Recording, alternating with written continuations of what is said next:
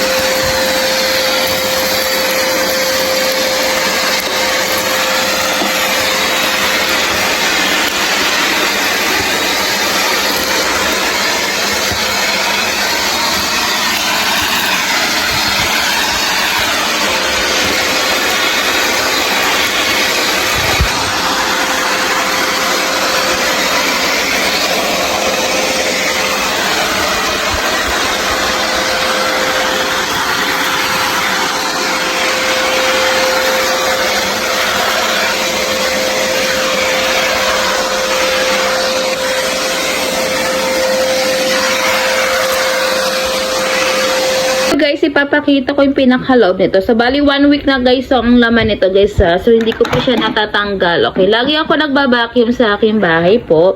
Halos vacuum po ginagamit ko kaysa sa walis po. Ayan po siya.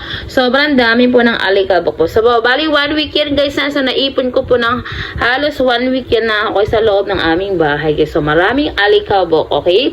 Sobrang ganda nito guys ang ating Fujihama na vacuum po nito. Ayan siya guys, mga alikabok po niya. Okay? Yung buhangin nandoon na rin po ha, nagsama-sama na yung buhangin dyan. Okay, napakakapal po ng alikabok na yan mga miha. Ayan po ha, 1 week yan guys ha, 1 week po.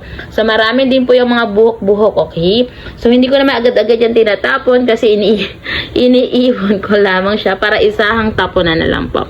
Okay, so yan guys, ang link po natin is nasa description lamang po ha.